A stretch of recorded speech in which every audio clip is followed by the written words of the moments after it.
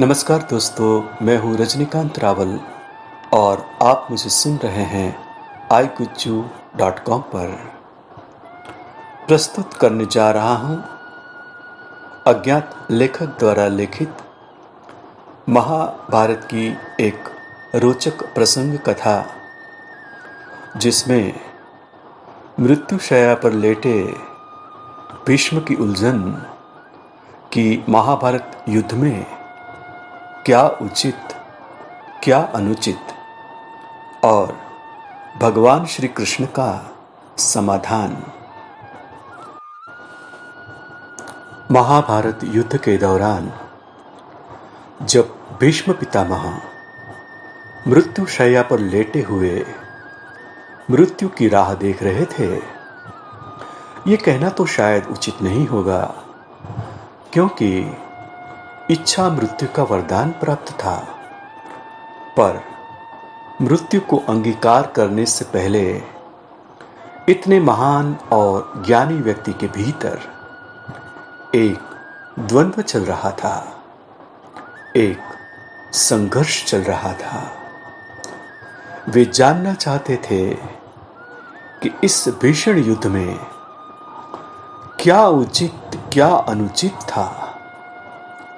मृत्यु से पहले अपने सारे भ्रम से मुक्त होना चाहते थे और शायद इसीलिए ही वो श्री कृष्ण की प्रतीक्षा कर रहे थे। गिद्ध, कुत्ते, सियारों की उदास और डरावनी आवाजों के बीच उस निर्जन हो चुकी उस भूमि में द्वापर का सबसे महान योद्धा देवव्रत भीष्म शैया पर पड़ा सूर्य के उत्तरायण होने की प्रतीक्षा कर रहा था। अकेला, बिल्कुल अकेला। तभी उनके कानों में एक परिचित ध्वनि शहद खोलती हुई पहुंची। प्रणाम पितामह। भीष्म के सूख चुके अधरों पर एक मरी हुई मुस्कुराहट तैर उठी और बोले, आओ देवकी नंदन, आओ, स्वागत है तुम्हारा। मैं बहुत देर से तुम्हारा ही स्मरण कर रहा था केशव। कृष्ण बोले, क्या कहूं पितामह, अब तो यह भी नहीं पूछ सकता कि कैसे हैं आप। भीष्म चुप रहे। कुछ क्षण बाद बोले, पुत्र युधिष्ठिर का राज्याभिषेक करा चुके केशव, उनका ध्यान रखना तुम। परिवार के बुजुर्गों से रिक्त हो चुके राजप्रासाद में उन्हें अब सबसे अधिक तुम्हारी ही आवश्यकता है। भीष्म ने पुनः कहा, कुछ पूछूं केशव? बड़े अच्छे समय से आए हो।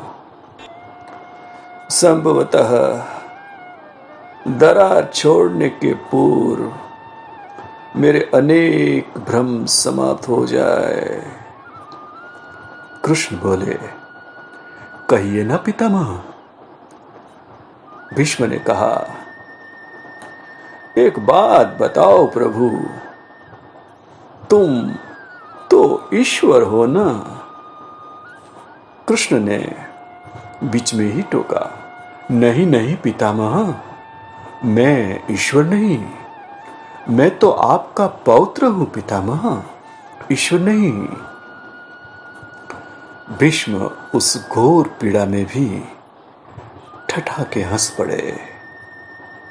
बोले, अरे, अपने जीवन का स्वयं को भी आकलन नहीं कर पाया कृष्णा, सो नहीं जानता कि अच्छा रहा या बुरा।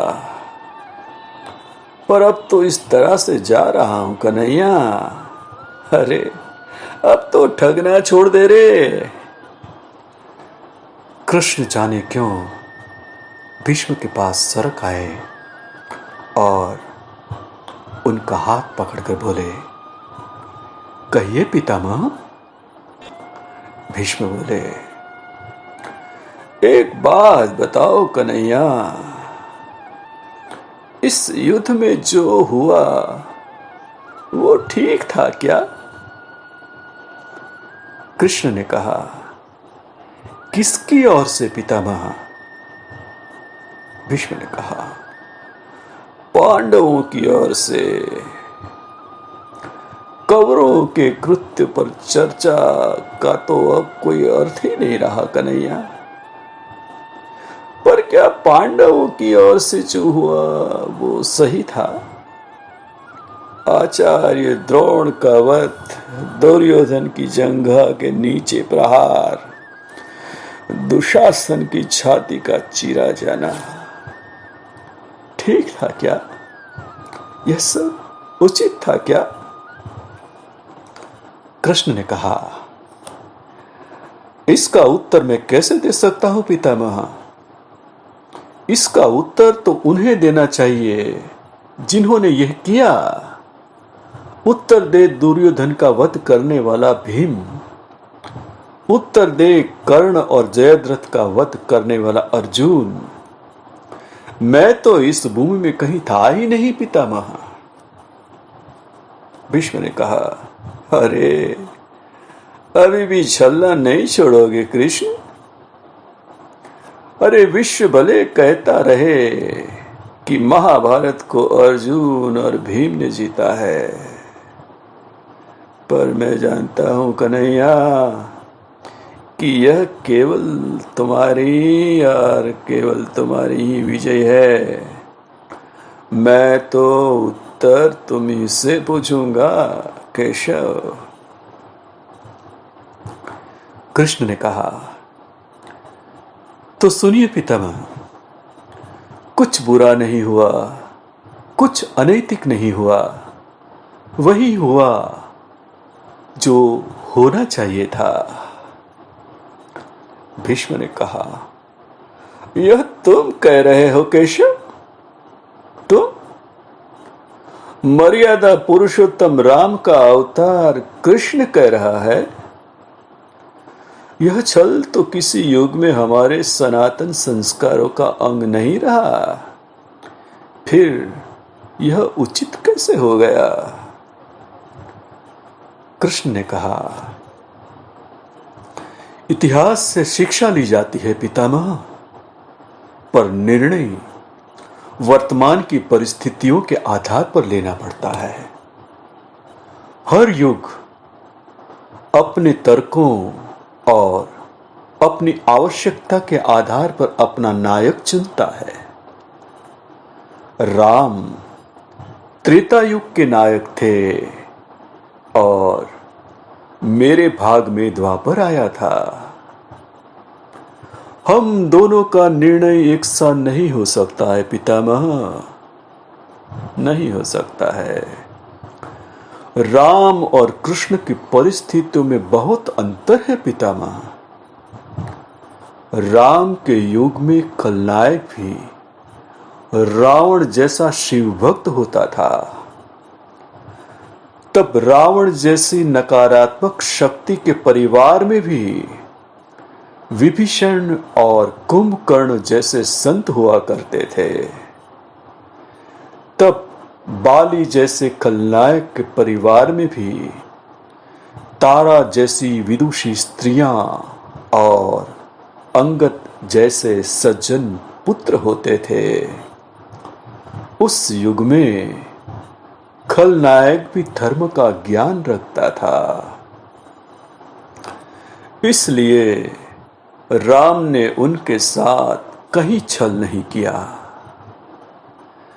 किंतु मेरे युग के भाग में कंस, जरासंध, दुर्योधन, दुशासन, शकुनी, जयद्रथ जैसे घोर पापी आए हैं, उनकी समाप्ति के लिए हर छल उचित है पितामह।